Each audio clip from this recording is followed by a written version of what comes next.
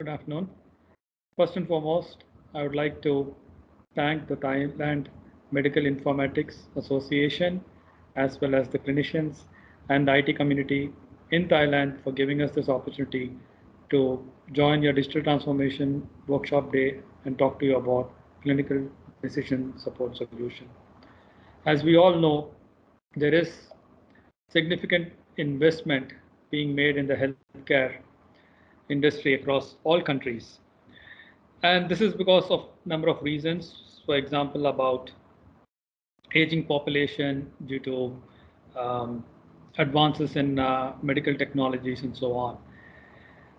Though there has been a lot of investment in healthcare industry and more specifically in healthcare IT technologies, this is not necessarily translated into the improvements that we would like to have. For example, in terms of improvement in clinician satisfaction or improvement in patient safety, patient experience, or also in terms of the usage or adaptability of these HIS various IT technology solutions.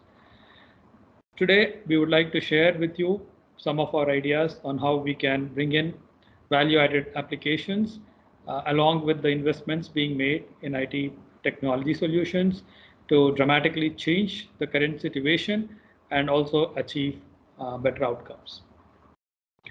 I would like to first start with a brief introduction to Wolters Kluwer. Wolters Kluwer is a multinational company and with presence in more than 40 countries. And one of the business division in Wolters Kluwer, healthcare, focuses on clinical effectiveness. The goal here in clinical effectiveness is to reduce costs, improve patient safety, patient experience, and also improve the quality of care. So we have a whole portfolio of solutions under clinical effectiveness. I'm sure you must have heard about UpToDate. UpToDate is widely used across the globe, and even in Thailand, UpToDate is present in more than is used, widely deployed, extensively used in more than 140 hospitals across both public and private segments. All of these solutions help in achieving better outcomes, and as an example shown here is they reduce the duration of stay or shorten the length of stay of a patient in a hospital. So today I'm going to talk to you about how some of these value-added applications can come together with the investments that you're making in healthcare IT technology to get better outcomes. So as we know, investments in every country is increasing, and this is the same situation here with Thailand.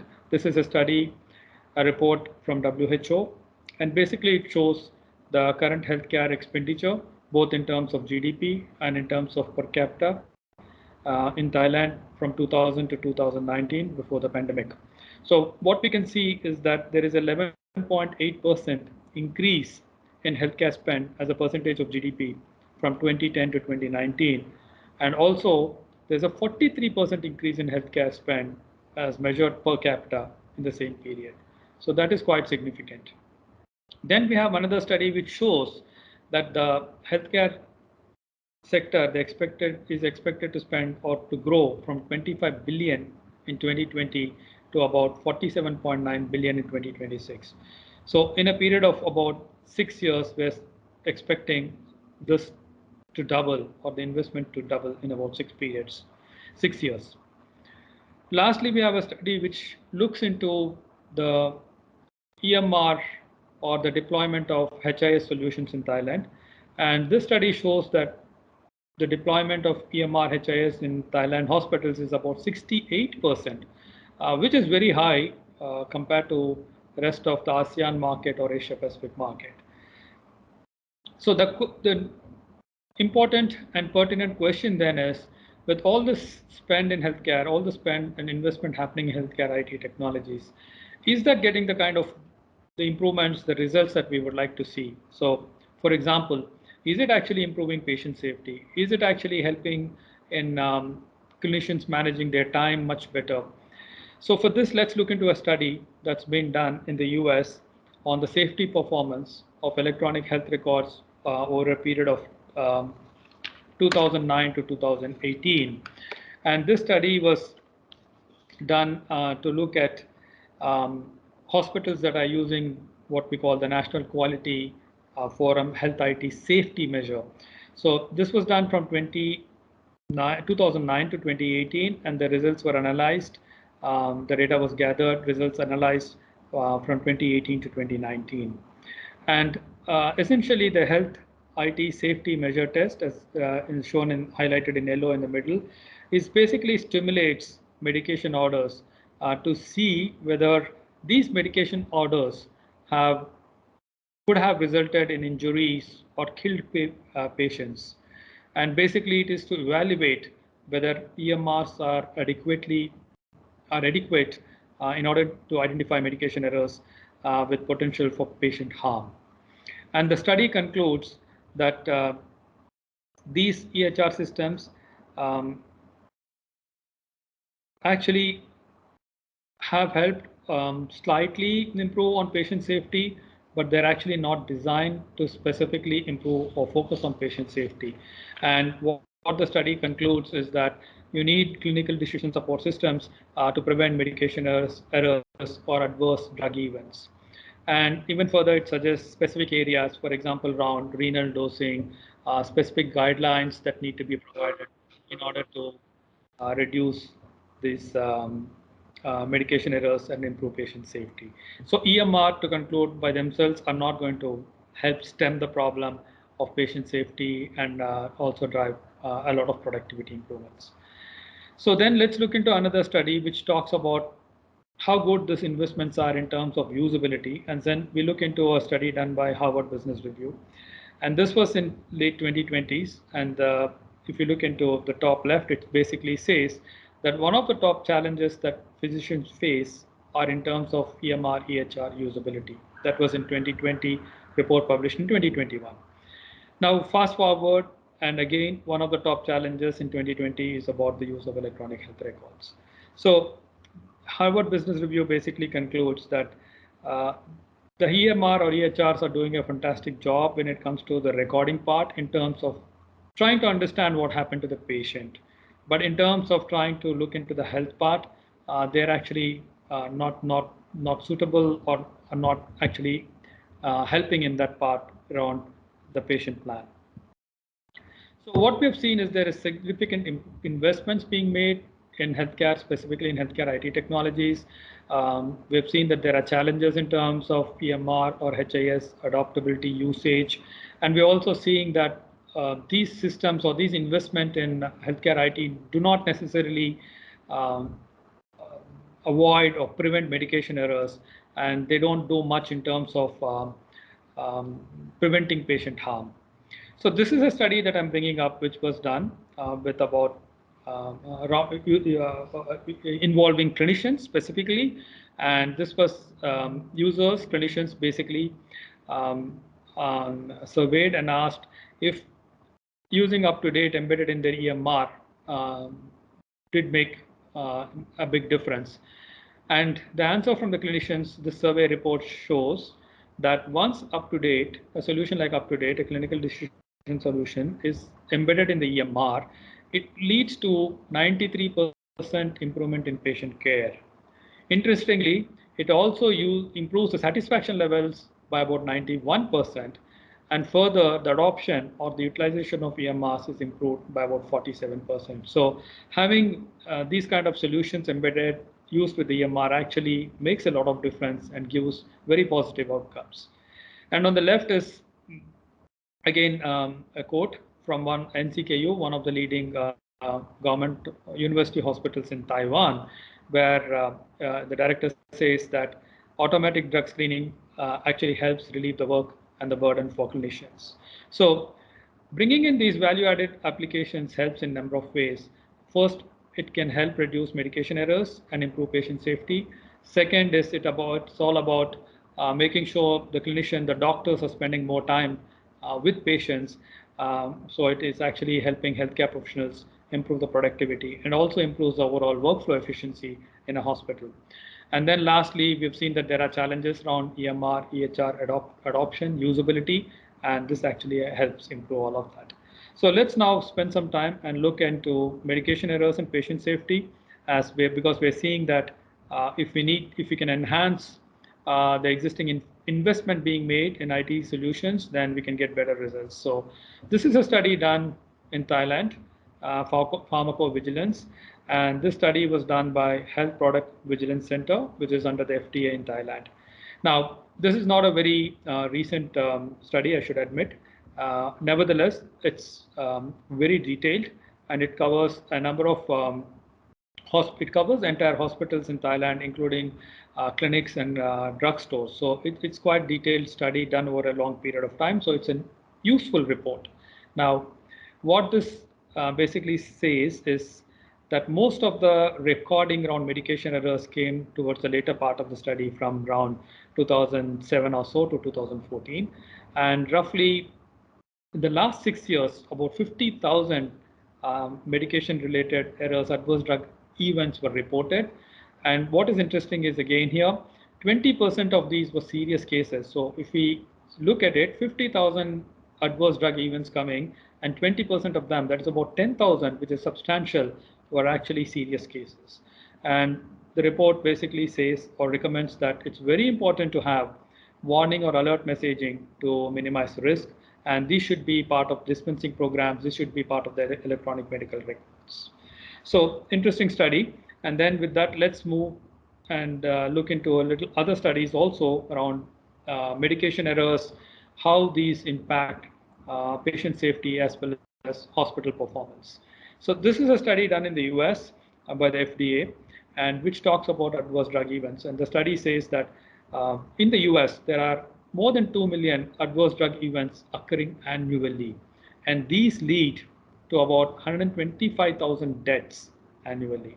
So quite substantial number, 2 million plus adverse drug events, 125,000 deaths nearly in US each year. Now, this is the situation in a developed market with good investment in technology, availability of healthcare professionals, I would say, processes, protocols, and all of that. So we can imagine then the situation could be much worse in developing markets like where we are in here. But the good news here is 60% of these adverse drug events and the deaths, all the harm that can happen to a patient, 60% of these can actually be prevented. That's what the study points out. And this is by investing and further supporting the investments made in HIS through drug screening solutions and other CDSS solutions, value-added applications, I would say. Let's look into another study. We couldn't get an equivalent study like that was done in the US by FDA for Thailand, but we could get a report which talks about adverse events in developing markets. So this is not an apples for apples comparison, because the previous study was about adverse drug events. This is about adverse events. Nevertheless, there are 134 million adverse events occurring annually in developing markets, leading to 2.6 million deaths. Now, as I said, it's not an apples for apples comparison, but I would like to point out again that 80% of these are actually preventable. And that's where our focus and our attention should go, is that 80% of events, deaths can be prevented by taking the right measures. So this is how medication errors affect patient safety, compromise patient safety, cause patient harm. But medication errors also impact hospitals' performance. Now, I'm not talking about reputation of a hospital. I'm just talking about the effect on the top line and the bottom line performance of an hospital. So again, there are a number of matrices here. For example, we can talk about readmission rates. We can talk about duration of the duration of stay of a patient, or the prolongevity of the stay in a hospital. And these have been measured. Here is a report again from FDA. And what this says is basically adverse drug events lead to prolonged hospital stay, and they can extend anywhere between 1.7 to 4.6 days annually. And this cost about $16 billion annually. So that is in the US. We do have corresponding study that we have done in Asia Pacific, and increase in hospital duration stay in Asia Pacific sits somewhere between 2.5 to 7 days, depending on the market or country in Asia Pacific. So Again, in terms of hospital performance, the adverse drug events do impact hospital performance. And again, there are measures that we can take to improve these. And one of them is about introducing drug screening solutions within the workflow. That means the drug screening solutions is integrated within the EMR, the EHR, or the HIS system. And with that, we can actually reduce medication errors, address the problem about patient safety, and improve hospital performance as well. And as we can see here, basically this is looking at screening and alerting. The clinical screening occurs as soon as the physician is trying to prescribe a drug or a combination of drugs. Likewise, when the pharmacist is dispensing drugs, the clinical screening occurs, and the nurse, when she's administrating or documenting in the EMR, again the clinical screening comes into play and automatically provides the relevant alerts to stop and prevent medication errors from happening. Now, in Thailand, we do know that there's a lot of usage of drug databases, and I just wanted to highlight the difference between lookup and screening. So lookup is something which is triggered or initiated by a clinician or by the pharmacist or a healthcare professional, whereas screening is more automated. So very quickly, if we look into this, early days, there was no workflow. Normal workflow would be that the doctor writes a prescription, and then it's given to the patient. And as technology evolved, as we had more referential journals and so on, when the doctor decides on a treatment plan and then thinks there's a problem, he can refer to text journals, and initially they were printed journals, and of late they've become online. So you can go online and the doctor can look up these journals, references, and modify the prescription and rewrite the prescription if he thinks there's a problem. One of the example is Lexicom, which is an online clinical drug referential solution. The point here is the doctor or the pharmacist has to look up. Then as technology advanced, now we have automated embedded drug screening solutions. So in this case, as soon as the doctor starts writing a prescription, the embedded software in that automatically starts checking for problems with that particular prescription, that particular medication order. It automatically starts screening it and throwing out alerts so the doctor can actually act on it. So that's the difference between lookup and screening. I just want to spend a few minutes talking about how Medispan can help reduce medication errors. It uses an API-based technology, and we can go into more details in terms of the benefits of API-based technology. But essentially, you have the EMR or the HIS system in the center, and with that, we get the patient records, electronic, the patient history, the various patient details, and also the hospital formulary. And then in the bottom, what we have is clinical screening APIs. So these are modular granular APIs, and each API has a specific function. So for example, when we talk about dose screening and drug order, this API's functionality is to look into a set of patient parameters like the age, the weight, creatinine clearance, and so on. Look at the specific problem, the medication history, and considering all of that, look at the drugs being prescribed, the dose of the drugs that are being prescribed, and to throw an alert if the particular drug or combination of drugs is outside of the drug, the dosage tolerance. So if the dose is exceeded, below or exceeded, then it would actually give an alert, and the doctor or the pharmacist would act on it. So this way, using bringing Medispan in line with the EMR, the HIS infrastructure, we can introduce automatic screening and actually get alerts, and through this we can reduce medication errors and improve patient safety. I'm not going to spend a lot of time in going into the details about the solution itself, but what we have here is on the bottom is what we call foundation of Medispan, which is basically the drug medical condition concept. So we have various guidelines in terms of the disease terminology, allergen terminology, the drug concepts, medical condition concepts as defined by WHO. So to give you an example, if the patient condition is being recorded in the EMR as hypertension or diabetes, then we will use the corresponding disease terminology prescribed, defined in the standards by whether it's ICD-10 or SNOMED as defined by WHO. to identify that particular condition. On the left, we have what we call the hospital formulary, and the bottom we have mapping services. So we offer actually these mapping services to take the hospital's formulary and convert it into a digitized drug database, which is again brought in line with the EMR and can automatically start screening against the APIs and the patient conditions and the patient demographics. On the top, we have various APIs, as we know, as I explained, and each of them have a specific purpose. I'm not going to go into the details in the interest of time. And then on the right, we have referential content.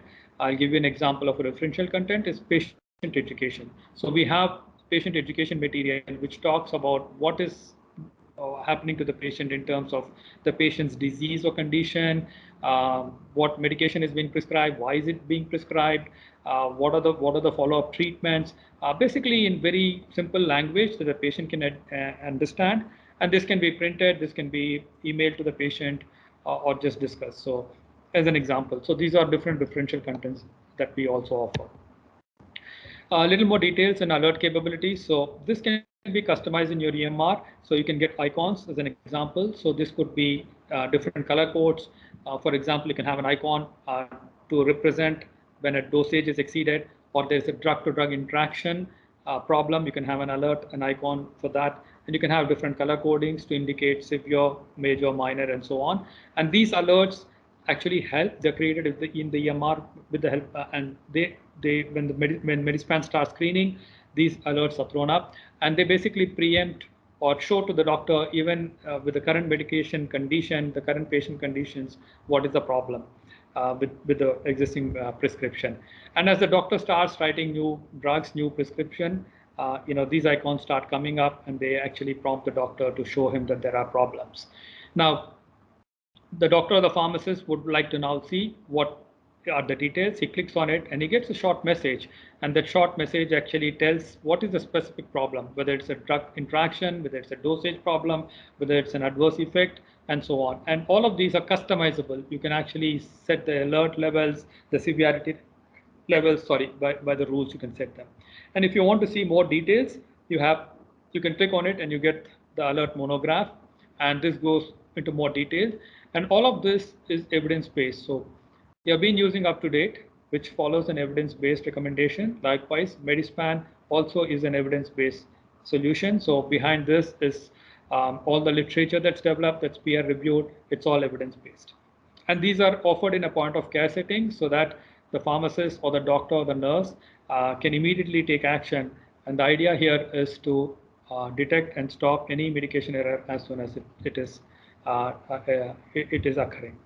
So to conclude, we're seeing continuous investment in infrastructure, in healthcare systems in Thailand, and that continues to grow significantly. But as various reports I've shared, these don't necessarily translate into benefits in terms of clinician satisfaction, in terms of improving patient safety, in terms of reducing medication errors, and also the adoptability or usage. So the introduction of clinical decision support solutions like Medispan can reduce medication errors, can improve patient safety, and also improve EMR adoption. With that, I come to the end. Kun Lily is our country manager in Thailand. Her contact details are available here. And also, if there is time available, I would request Kun Lily to give a very quick demo of one use case of how Medispan works within the EMR. Thank you so much for your time. I will stop now, and I look for any questions, any feedback, open for discussions. Thank you so much.